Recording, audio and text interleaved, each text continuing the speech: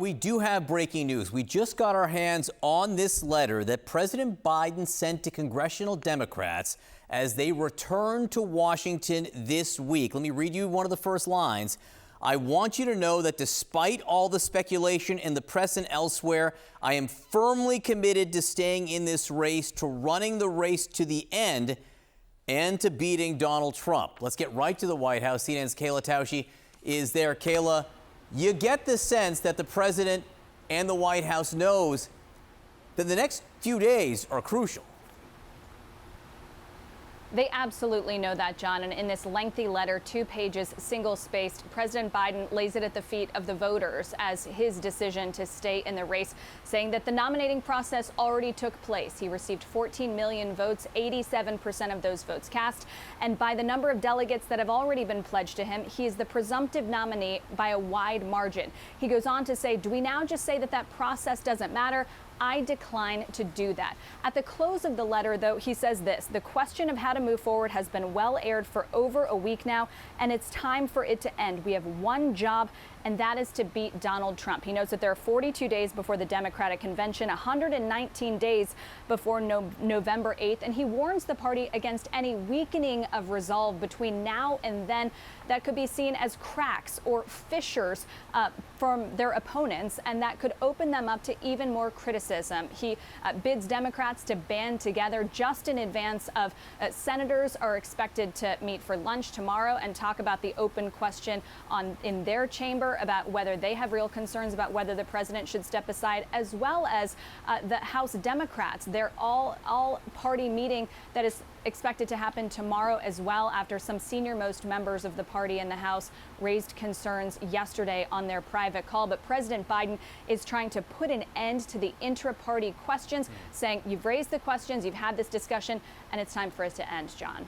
Kayla, if I can ask you one quick question before you get soaked by the sprinklers behind you there. I just had Congressman Mike Quigley from Illinois on, who told me he's been one of the earlier people to come out and say that President Biden should step aside. He told me he knows that more Democratic members will come out today and tomorrow and ask the president to step aside. What's the Biden campaign, what's the White House going to do about that? Well, there's outreach going on behind the scenes in addition to this public letter that the president has just released. They're trying to assure some of those Democrats that they understand those concerns and that the president is confident and the campaign is confident that he will be able to deliver victory, not only for himself, but down ballot in November. Unclear, John, whether those conversations will fall on deaf ears, whether many of those lawmakers have already made up their mind at this point. But I've been hearing from a lot of people in the White House and the DNC this morning who are worried about that issue that the president raised in his letter about if Biden ends up being the nominee a few weeks from now, if all of this was just an exercise in futility, how much damage was done to the party and done to their ticket in the interim, and whether there's actually even a viable process that can be run that gives them a better outcome. I mean, there are real open questions that people are having right now, but certainly the president is trying to reaffirm that he is the answer. Kayla Tausche at the White House. We'll let you run and get a slicker. Thanks so much for being with us. Appreciate it. Kate? Leave her alone. She's fine. She can get joining us. The water's going to get her. I want her to stay dry. It's not going to attack her across the driveway. Moving on. Joining us right now, senior political commentator Bakari Sellers and former deputy communications director for Trump's 2016 campaign, Brian Lanza. Back to most important things, not the sprinkler system at the White House. Bakari, the part of the letter that Joe Biden has sent to Democrats that Kayla just highlighted is at the very end, saying the question of how to move forward has been well aired for over a week now, and it's time for it to end. What does this do? Does this work towards bringing it to an end? What do you see in this letter going to Democratic lawmakers this morning? Well, I'm honestly quite disappointed in many Democratic lawmakers and many people who claim to know the party process or be staunch Democrats because they've engaged in nothing but fantasyland rhetoric over the past week. Joe Biden got his ass kicked at the debate. I mean, we all know that. I mean, he got beat up, down, left, right, and sideways. He got taken to the woodshed, for lack of a better term. But he's our nominee. He's not going anywhere. And for all the bedwetting that we've done, the pearl clutching, we want this person or that person, the fact is he's our nominee. I mean, I don't know what exactly people think they're doing by weakening the party or saying that we want someone else. Like, you're not going to get anyone else. There's $240 million in cash that only goes to Kamala Harris. Who was Gretchen Whitmer or Wes Morris, Arizona state chair? They don't have the infrastructure. Nobody has the infrastructure by Joe Biden. So, like, I'm not saying shut up and get in line. Air your grievances. Talk about fantasy world where we have this other thing. Joe Biden will be the nominee August 5th. I want to beat Donald Trump. If you want to beat Donald Trump, get on board. If you don't, keep rambling on and weakening our nominee. Just keep doing it. Brian, Axios spelled it out this way, that in terms of looking at what this week could bring, that Biden's best opportunity to prove his Democratic doubters wrong probably will come with his NATO press conference that comes on Thursday. But I also did have the opportunity to speak with Democratic Senator John Fetterman, who has been very supportive of Joe Biden in light of the debate, the disastrous debate. He was just on with me. Let me play you what he said as he was campaigning with Biden yesterday.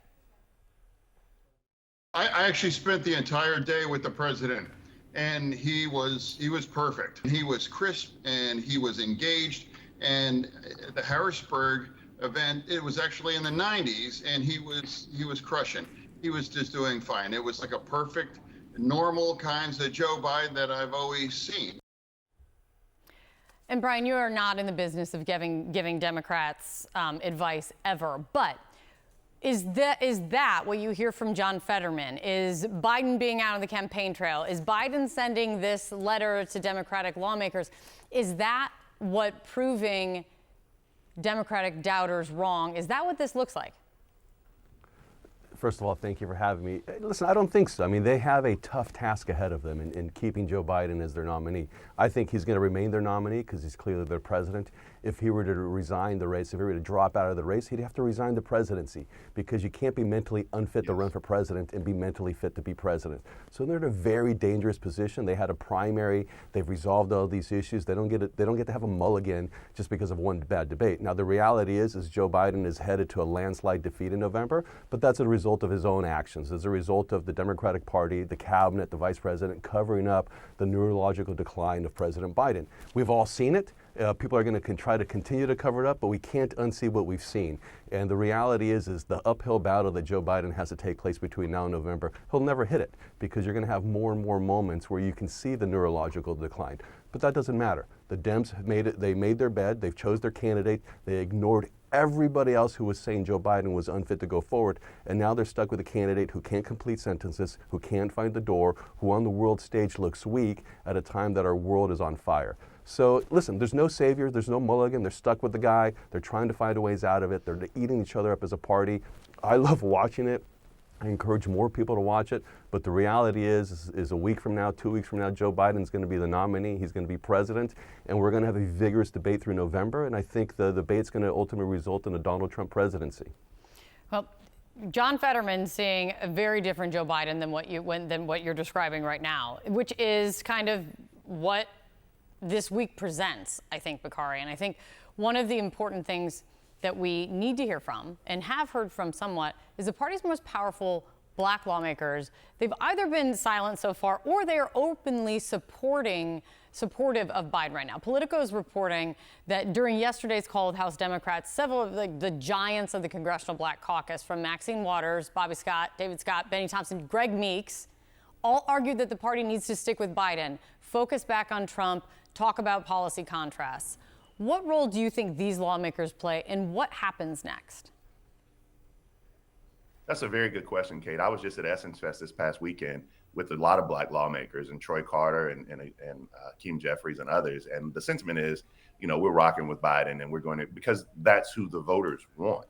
There are a lot of people who would vote for an old Joe Biden versus Donald Trump. Now, I appreciated my good friend running off a bunch of talking points about how he felt Joe Biden looked or how he felt he was in his emotional state or his physical state. He's a damn good comms director. I'll give him that. But the fact is, my candidate is old. Like, his candidate wants to ban abortion nationwide. He wants to limit or ban access to birth control pills. They want to get rid of the Department of Education. Speaking about someone who can't put together a sentence, I mean, all you have to do is look at Project 2025, and that is enveloped on who the Republican Party is. And there are a lot of people like myself who don't have the option of getting a mulligan or who don't want to redo this. They understand that freedom and democracy are on the ballot. And look, I will take an old Joe